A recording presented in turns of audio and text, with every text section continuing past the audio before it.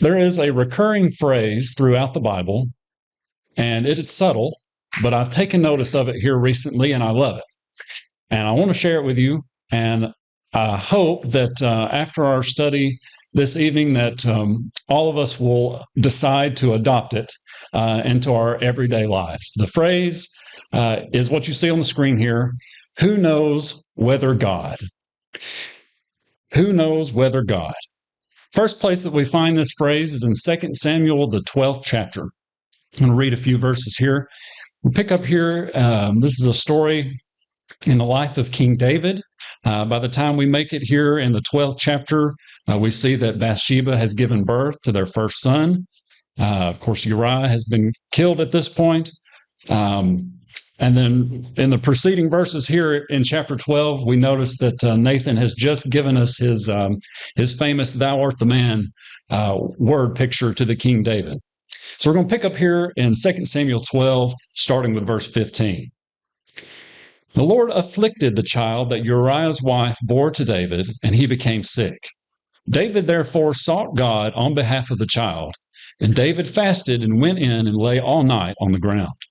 And the elders of his house stood beside him to raise him from the ground, but he would not, nor did he eat food with them. On the seventh day the child died, and the servants of David were afraid to tell him that the child was dead, for they said, "Behold, while the child was yet alive, we spoke to him, and he did not listen to us. How then can we say to him, the child is dead? He may do himself some harm." But when David saw that his servants were whispering together, David understood that the child was dead.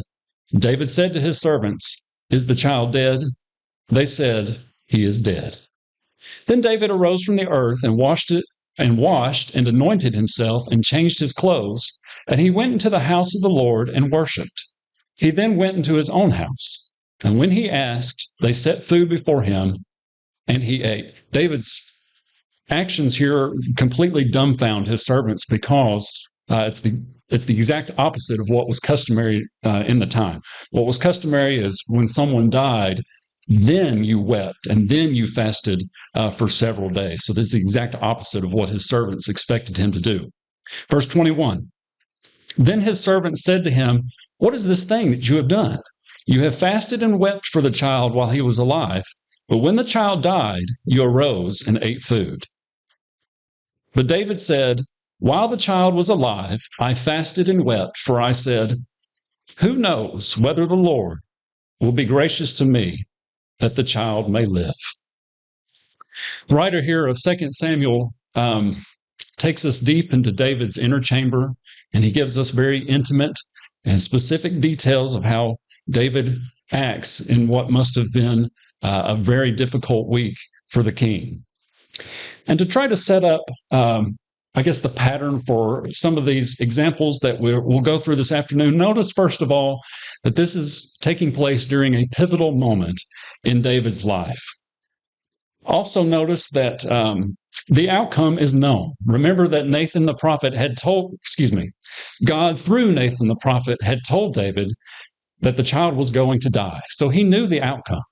The outcome was known, or perhaps we might say that the outcome was foretold. David knew what was going to happen. But even though the outcome was known, David tells us that his actions and his thoughts here are centered around the thought, who knows whether the Lord may be gracious to me? When we look at this amazing phrase, I think it's all about recognition. David says, who knows?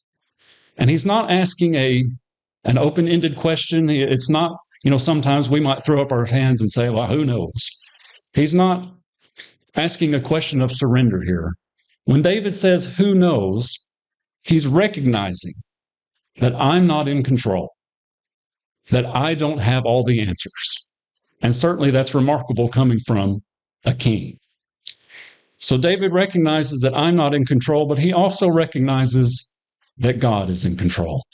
He says, who knows whether God? God is in control, and God has the answers. I think what's most beautiful about the way that David uses this phrase is what it can teach us about God. Even though David knew the outcome, again, Nathan had told him that the child was going to die, David recognizes that God is responsive. God responds to prayer and to human action. God is not afar off and unconcerned. He is close by. He is living. He is active. And he relates to people, and he responds to prayers and actions as they arise. And so David says, who knows? God may be gracious unto me. We never know what God might decide to do. And I think David teaches us here, and we should recognize that human prayer plays a part in the decisions that our almighty and all-powerful God makes. Well, now that you kind of see how this is developing here, let's go to another example where we find this phrase. Jonah, the 3rd chapter, verses 6 through 9 is where we'll go next. Jonah chapter 3, verses 6 through 9. Now here we pick up in Jonah. Jonah has preached to the city. He's finally overcome his stubbornness. He's made it to Nineveh. He's preached to the city and its inhabitants, and he's told them that in 40 days, Nineveh is going to be destroyed. Another 40 number for Brother James there. In 40 days, Nineveh is going to be overthrown. So there in verse 6 in chapter 3, we see that the citizens of Nineveh respond favorably to Jonah's message. But in verse 6, the Bible says, the word reached the king of Nineveh, and he arose from his throne, removed his robe, covered himself with sackcloth, and sat in ashes. And he issued a proclamation and published through Nineveh, by the decree of the king and his nobles, let neither man nor beast, herd nor flock, taste anything. Let them not feed or drink water, but let man and beast be covered with sackcloth, and let them call out mightily to God. Let everyone turn from his evil way and from the violence that is in his hands. Who knows? God may turn and relent and withdraw his burning anger so that we shall not perish. Notice again the pattern that is starting to develop here. Once again, we have a pivotal moment for the citizens of the city of Nineveh and their king. God has declared that Nineveh will be destroyed through the prophet Jonah. And so once again, the outcome is known, or the outcome at the very least, is foretold. And so here again, when the king responds and says, who knows? God may turn and relent. I think his response too is all about recognition. And I think the same thoughts that David had are at play here as well. First off, the king says, or he recognizes that God is in control. He says, who knows? The ESV renders this as an actual question. He says, who knows? And by saying this, the king recognizes that it's God in control. It's not him in control. And he doesn't have all the answers. Again, I think the first half of this phrase is all about humility. Notice the humility here.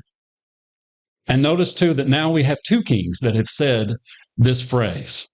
Pretty remarkable, the amount of humility that we see from these two men who were quite powerful. But they recognize that God is in control and that they are not in control. And here, too, the king of Nineveh recognizes that even though the outcome is uncertain, that God is responsive. He tells the people we need to fast and we need to pray. But I want to add a third note here that I think the king in his response kind of adds to this phrase. Even though that there was no guarantee that the king and the people of Nineveh and their actions, their fasting, they're sitting in sackcloth and covering themselves with ashes, even though there was no guarantee that that was going to change God's mind, they did it anyway. And they did it anyway because they rested their hope entirely in God. So when we look at this phrase, the first half of this phrase to me is just all about humility. I don't have the answers. I'm not in control. The outcome is uncertain. And certainly there are no guarantees. But on the flip side of that, God is in control. God responds to my prayers and my actions. And I need to place my hope fully in the Lord. And that's a great lesson for us today. You know, there are no guarantees in life. And I hope us adopting this phrase will put us in that mindset of hope and trust in the Lord God. Let's talk about application just real quick. Like I said, I've been looking at this phrase for the past several weeks, and what I've tried to do is just apply it every day. I don't think we have to wait until we hit a pivotal moment or a time of deep distress like David and the king of Nineveh were in here to adopt this phrase. I think we can do it every day. What I've started doing is when I wake up in the morning, a lot of times when we get up in the morning, pretty much the outcome is known, right? We know generally how the day's going to go. I know I'm going to get up. I know I'm going to get ready for work. I know I'm going to go to work. I know I'm going to work all day. I know I'm going to go home. I'm going to get food on the table. I'm going to get the food off the table. I'm going to be daddy for a little while and get the kids to bed and study for a little bit, and then I'm going to go to bed. 90% of the time, that's my work week. Right? Our lives are pretty predictable. The outcome is known. And so what I've started doing in the mornings, when I start to think about how my day is going to go, I've just started trying to insert this phrase into my thoughts. Who knows whether God will bless me beyond what I am prepared for today? Who knows whether God might open some door for me today? Who knows whether there might be an opportunity to share the gospel for me today? I don't think we have to wait until a time of terrible distress to adopt this phrase. I want us all to take hold of it and use it every day. I think we run into situations maybe not as magnified as what David and the king of Nineveh run into, but certainly I think we can relate to this phrase and what they were going through. Final example this afternoon comes from the book of Esther.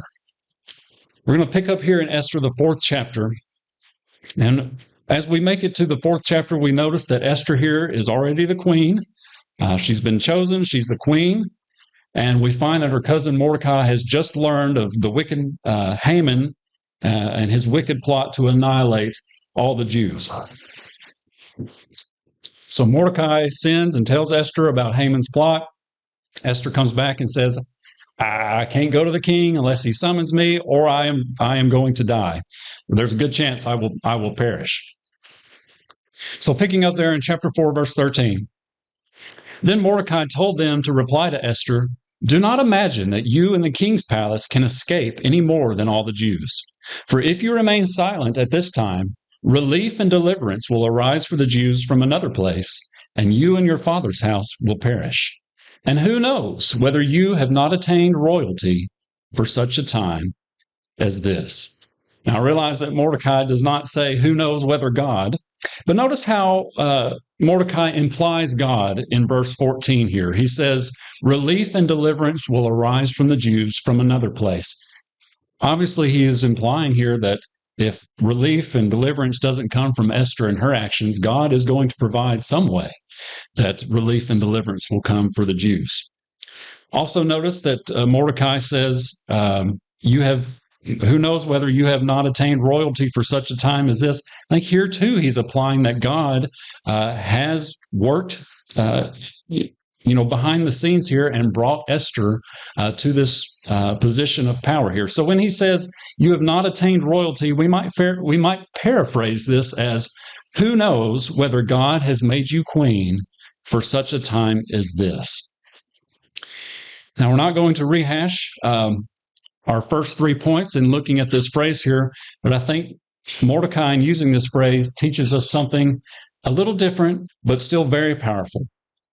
I think Mordecai teaches us and uses this phrase, and he says this, even though we may not see it, God is at work.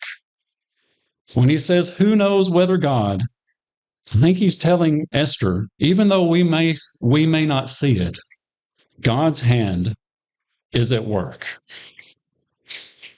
Ultimately, I think this phrase, again, I hope we'll all try to adopt it in our everyday life. But ultimately, I think this phrase is all about humility. Who knows? I don't know. I don't have the answers. The outcome is not certain.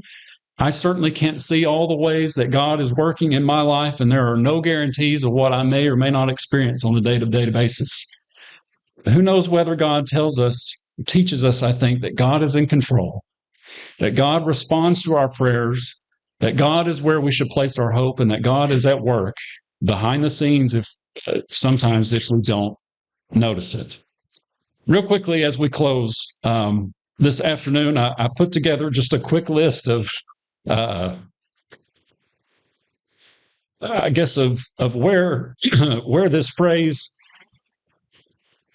where it might have benefited me if I would have used this phrase earlier in my life. For example, I will never marry a Yankee, but who knows whether God will cross your path with someone unexpected. I am on record, now this is a long time ago, I'm on record for saying, I hope I only have boys. Probably 20 years ago, maybe longer. I hope I only have boys. Who knows whether God will see through your stupidity and bless you with two lovely little girls. I am on record in 2012 by saying, I will never move to Lawrenceburg. Who knows whether God will open doors of opportunity for you and your family. Perhaps we might think sometimes, my friend will never get it together. My family member will never come to know the Lord. I will never find a good husband or a good wife. My job is never something I'm going to figure out. Who knows whether God will open a heart one day?